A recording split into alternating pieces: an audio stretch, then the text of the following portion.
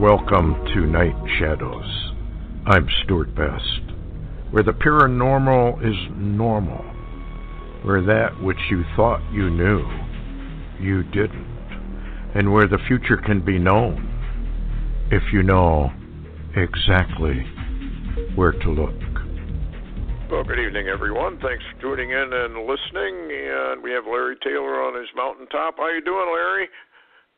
Hey, Stewart. Thanks for having me. Yeah, no problem.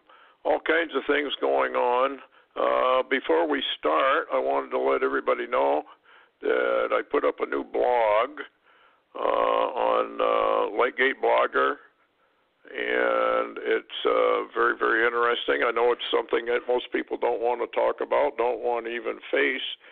I do remember being on a radio program out west with this pretty famous Christian guy, researcher, doctor, and all that. And I don't know how we got on it, but I said something about the words of the Lord. Then I will profess unto them, I never knew you. Depart from me. And he said, I don't want to talk about that. That's dangerous, and I just don't want to talk about it. And I thought, well, okay, it's his program. He can talk about whatever he wants. But it is about this, and it's very, very serious, and I've called it the redacted Christ, and the end is here. And it goes into what happened to these Christians. And a lot of people have a lot of different ideas, but they won't really face what the Lord himself tells us who these people are, right in that one sentence. And people just don't want to hear it. They don't want to listen to it. And all I can say is, folks, you better look at it, because what has really happened in modern Christian theology, especially in salvation theology, is that they have redacted the very words of Christ and substituted other things, and you can't do that. So that's the gist of the article. And then at the end of it, I talk about why I believe it is most likely, and there's no way you can prove it, that we are at the end of days. And I'll just read from this one paragraph. We are now entering the first weeks of October. We have reached the end of the 120th year of Israel. We have reached the 100th year of Israel. That was from 1897 and the Jewish Congress. We have reached the 100th year of Israel since Allenby retook Jerusalem in 1917. We have reached the end of the 70th year since Jerusalem became a nation in 1948. We have reached the end of the 50th year Jubilee since the Six-Day War in 1967. In 2018, the fall feast days of trumpets, atonements, and tabernacles were delayed by 1 month. Therefore, October 9th or the 10th will be the actual start of Feast of Trumpets, depending upon the sighting of the new moon. Now, that's scriptural. That's the way the Lord looks at it. So we have to really pay attention to that.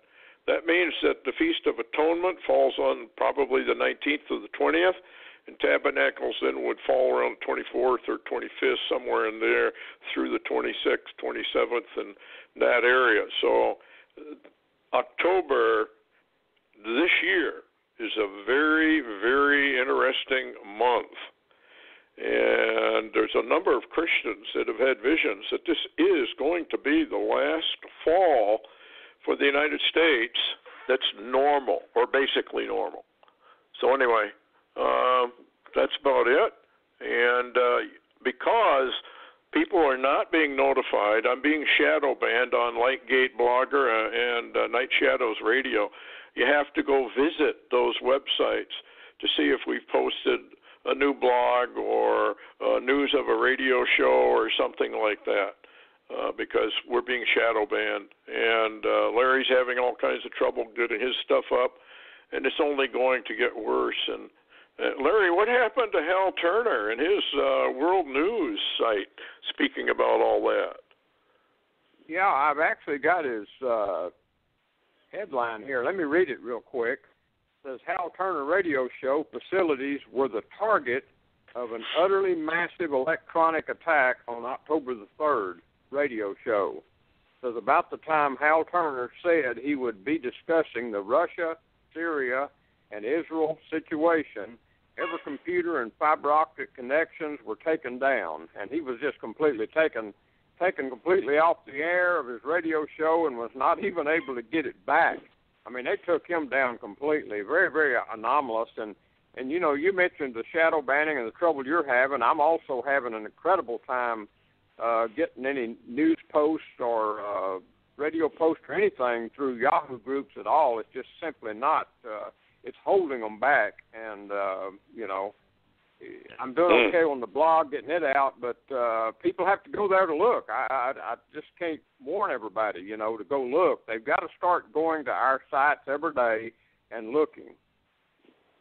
Yeah, I think a lot of them are so used to getting a notification, and if they don't get one, they just don't bother. And by that method, they're, of course, not getting the most recent or even major alert news. Things are happening very, very rapidly over in the Middle East, and I believe things are going to happen fairly rapidly here as well, particularly with some of the prophecies that are coming in from multitudes of people from different areas. But they're basically all being told the same thing, that the United States is in deep doo-doo, and the average American Christian has no concept, which is also part of the prophecies I've been hearing. They're off in la-la land, and only the ones that are really serious are picking up on things that are going down in this country. But anyway, let's go to the Middle East, Larry. Russia tells U.S. close Camp Ritban and remove troops from Tamp, Syria, fast. Since when does Russia get to force U.S. forces? Not that they don't have the legal right to say that. We're not in Syria legally. They are. But this kind of looks like King of the Hill routine here. What is this about? Well, you know, as you well know, Stewart, that Al-Taf location in Syria is where the U.S. has a military base there called Camp Ritban, and it also houses the U.S.-led coalition that recently, remember, Iran fired all those missiles at, which landed by the base itself where the U.S. troops were, and you know, that's what that's about. The Syrian foreign minister the other day ordered all U.S., French, UK, and Kurd troops out of Syria. Now Russia's raised its head and begun to order us to move our troops also. But it really looked like the conflict, Stewart, from what I'm gathering, and I did a blog this evening. I was late, but I got it up. And if people go there and read the alerts, it looks like that we're going to have a war between the U.S. and Israel and Russia inside Syria first. Mm-hmm. Makes you think of Daniel 8, and it makes you think of Isaiah 17, doesn't it? And Ezekiel 38, 39. They got well, of course, the Lord can put up his hand and says, we're not going to do this for another 100 years. But if the timelines mean anything, and if the cosmic signs mean anything, with the blood moons and the lunar tetrads and the eclipse of the suns and all that sort of thing, if they mean something, something has to occur very, very quickly now.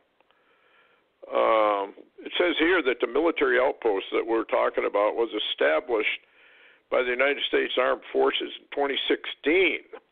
So it's been there a while.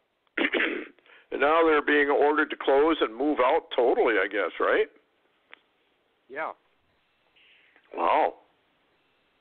Has there been any reply from us? That is what's so interesting, Stewart.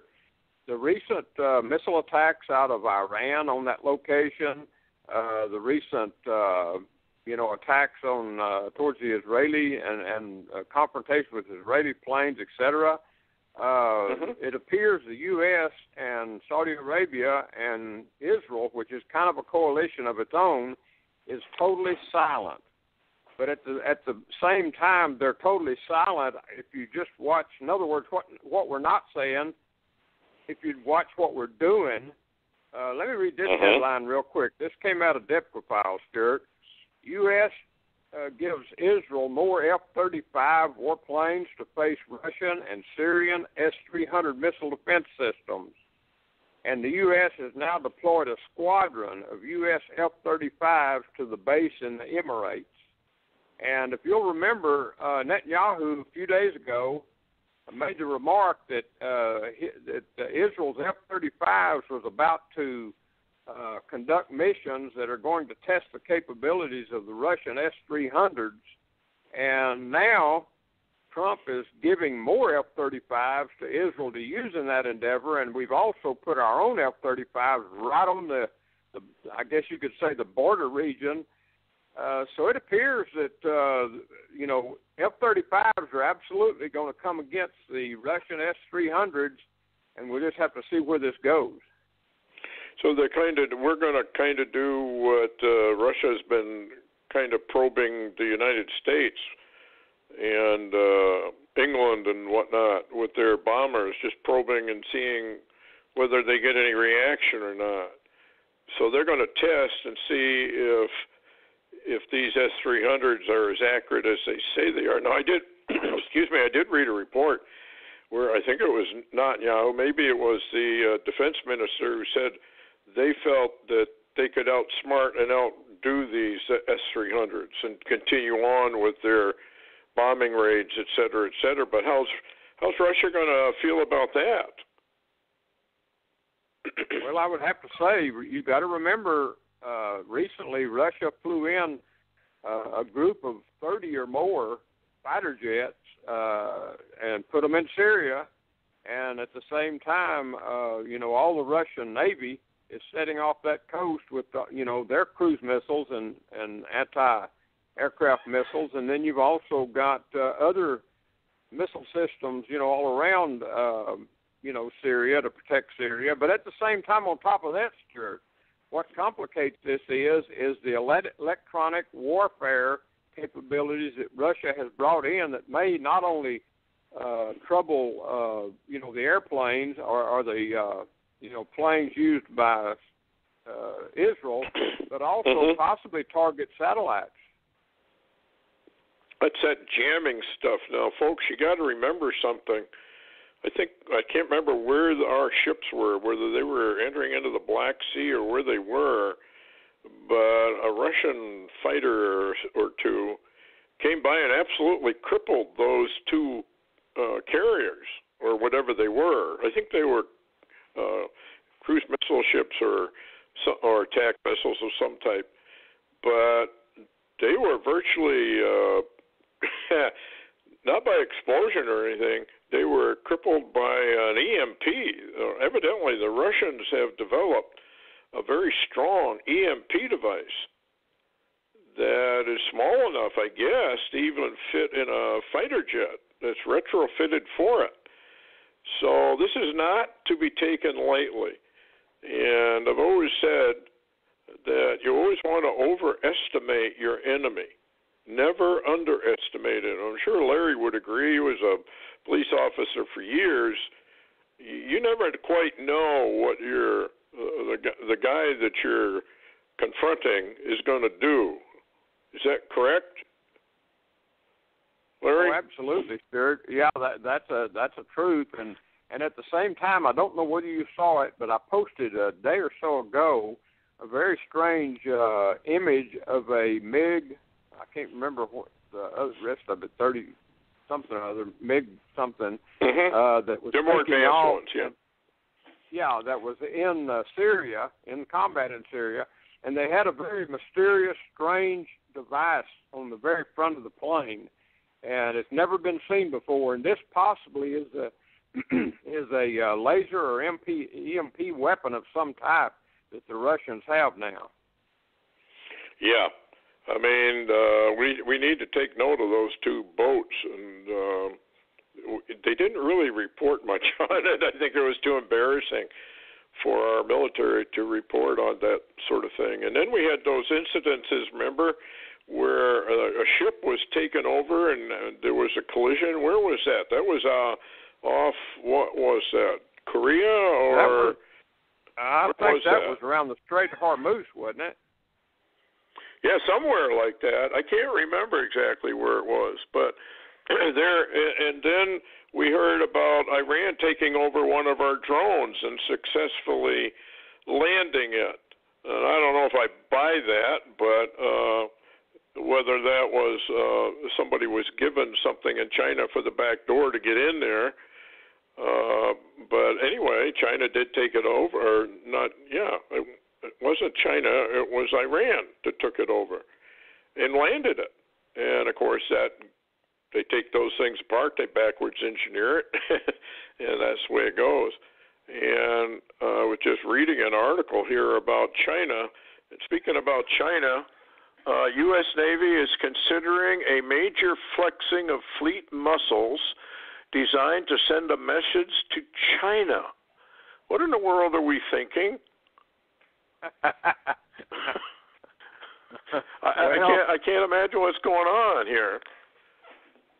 Stewart, we well know that at the end of Obama's term in office, his last year, which was 8 years, that we could not fight really fully one location war. In other words, one major war. We couldn't do it. And now we're stretched to about 4 wars, and that seems to be mission impossible. I just don't understand, because our government is just playing like it can take on anybody at any time, and that's not accurate. No, it isn't. And when it comes to China, Dianne Feinstein has really cozy ties to China. And if you remember, I think it was either Hillary or Billy that was cozy with China and even gave China some stuff. And now we know that I was just reading an article where almost all the computer chips that come out of China have back doors in them and can be easily compromised. And so they can maybe neutralize a lot of our stuff that way. But they're really trying to show of force here, because this thing that they're reporting would involve ships and aircraft operating in China's backyard in a demonstration to Beijing that the U.S. is prepared to operate wherever it is legally allowed to do so. Well, that's nice and that's interesting. Why don't we observe that in Syria, where we are not allowed to legally operate? So the hypocrisy of all this is I don't know, Babylon the Great. What more can you say? And the Lord has a lot of comments about the United States and what he intends to do with it. And none of those are good, whatever. And anyway, what's the latest on Israel? Are they, it sounds to me like they're preparing for war. For sure. Yeah, let me read you a couple of headlines today and get your opinion on what you think where this may apply. Number one, Debka file reporting that Gaza situation in crisis. There's additional IDF troops sent south and Iron Dome missile defense systems moving to the south. And at the same time, Times of Israel just posted, and I posted it on my blog today, Israel reported behind WhatsApp, that's an application, warning to Beirut residents about the Hezbollah missile facility. And supposedly this satellite image that's sent out on this app indicates locations in Beirut where Hezbollah is bringing out their missile systems, setting them up, and the Israel's Channel 10 TV is reporting that this app is telling the Beirut residents to flee Beirut, get away from these missile site locations. And so there you are. What do you think? Do you think Israel's about to make a move on some of these missiles, not only the S-300s in Syria, but maybe even the missile sites in Beirut? Well, it's almost like the enemies of Israel are just pushing and shoving and trying to provoke. Israel has long been known for their preemptive strikes without warning. If they sense that these missiles, and it almost sounds like they're obviously going to be used against Israel, and I don't know how many other missiles are pointed at Israel. Well, if I was Bibi Netanyahu, and I was a Bible scholar, and I was reading Isaiah chapter 17, I might just use the taking of Damascus as an example and a warning. You keep this up, you're next. And it does not indicate in that Isaiah 17 that Russia is involved in it. It sounds almost like Russia kind of stays back and lets everybody fight it out in the Middle East. But if they're bringing these missiles out, and who knows what's going on in Damascus, hidden missiles, et cetera, et cetera, et cetera. Israeli intelligence is very, very good. They've always been very, very good. And the Mossad, they know how to operate that way. And, we're headed for war. The only question I have is, what is America's part going to be, and when do we move in with NATO and take over basically the Middle East? Because if you read Habakkuk, that's exactly what we do. I don't know what happens. It sucks us in. I believe probably it's the Iran situation that actually brings us into the Middle East with NATO. And it's a sudden, vicious attack, probably in retaliation for Daniel 8 or Daniel 11, depending on how that's all read. What do you think? That'd be my take.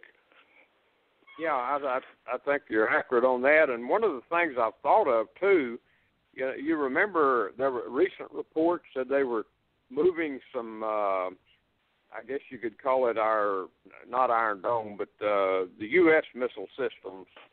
Yes. That we had in the Middle East, that we were moving some of them, and reportedly they were going to be sent maybe to, the LOC or, South Korea, et cetera.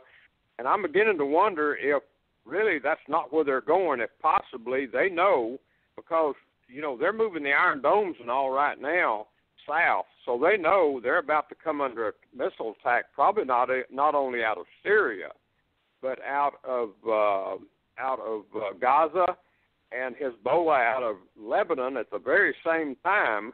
In other words, 3 directions, and maybe 4 if Iran fires some out from Iran like they've been doing into Syria. Could it be that Trump is moving some of these missile defense units to double up around Israel because they know this attack's coming, and we'll just have to watch. But there's a lot of movement. There is a lot of military movement, going on at the moment. And I don't remember which, Stewart. Maybe you remember. I don't know if it's Isaiah 17 or if it's prophecy or whatever, but it seems like I remember somewhere it talks about that Israel or somebody attacks Damascus, and all the other capitals of the enemies surrounding Israel begin to evacuate and flee their capital cities because they think they're next. Yes, that is Isaiah 17. And that might be exactly what Israel does, and that probably ties into the Israeli mistake of the bots about 2 years ago. They brought forth that it was in the rhetoric of the future I guess you could call it, that Israel was about to make a huge miscalculation. And the Isaiah 17 may be that miscalculation, or who knows what else it could be. But, folks, we are on the verge of war. Red October. And that phrase is coming to the fore now. Very, very interesting. And, of course, Larry had that vision of the missiles of October. And remember the movies of the U.S. invasion. What was the name of those things? I can't remember.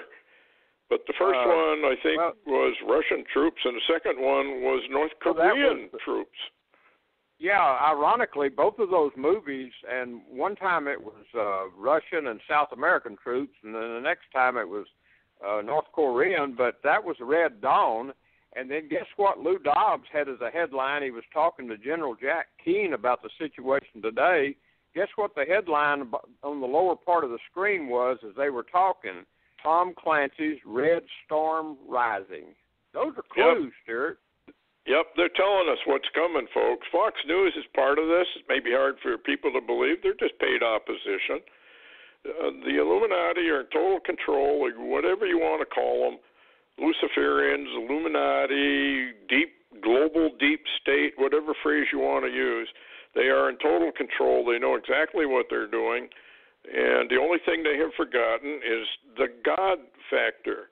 And that, of course, is the most important factor, and they overlooked it. And they're going to regret that they overlooked it. And I don't know. It's amazing to watch all of this go down right in front of the American people, and yet almost all of them have no clue whatever. And here's one more headline before we close down. India quietly seals a missile deal with Russia despite the U.S. warnings. Now, that's interesting because of the India-Pakistan situation, which could go nuclear anytime. So here we sit on the verge of, like your friend Larry, your friend said, Larry, war everywhere. Makes you wonder, doesn't it? Well, it does, Stewart. And let me throw this in real quick. I know we're short on time, but Skywatch TV recently posted U.S. urged to prepare for electromagnetic pulse attack now, either from a high-altitude blast or solar superstorm. And I sent you, I don't know if you got it, but I sent you something from Space Weather, a warning that there is a massive, massive coronal hole on the sun, and it's facing Earth. And by the way, Stewart, this last week I've been getting solar flare and solar flare warning alerts. I get them on my iPhone from Space Weather because it's an inside deal. But when I go to Space Weather for the public page, they're no longer put on that page. So we're having a solar situation that we're simply not being warned about, not publicly anyway. Yeah. And folks, we are running into some major trouble, and Kavanaugh is obviously now going to be sworn in and confirmed tomorrow, which means deep state, if they want to stop it altogether, has to have a false flag tomorrow sometime, something to derail all of this. Or they don't really care now, and they'll wait until he's sworn in and is sitting as a justice, and then they will do something. But deep state is going to take America down. They don't have an option. The New World Order requires it. So we sit, we pray, we watch just as the Lord told us to, and I guess we just prepare ourselves as best we can. And an EMP event would devastate the United States, even if it was only a week long before they brought it back up. It would be horrendous. I don't even want to think about, because when I traveled to Vermont and I saw just thousands upon thousands, probably hundred thousands of cars on the highways, what would happen if an EMP took out all those cars and just stalled them? How would you like to be away from your home and have that happen? So these are things you have to really, really consider when you're out traveling about, because things are getting tight. And if we get involved in a war, North Korea, maybe that's what they do. Maybe they take us out with an EMP, or try to anyway. Anyway, the Lord will protect. And anything else, Larry? We got about 20 seconds. Yeah, I was just going to mention Ben Danoon with Israeli News Live posted one today. I put it on the blog. He says the U.S. is gearing up to challenge Russia and its deployment of S-300s. He gave a warning. Wow. Okay, well, good night, folks. Thanks for tuning in and listening, and we'll let you know when we're on again. Visit the website to find out. Thank you and good night.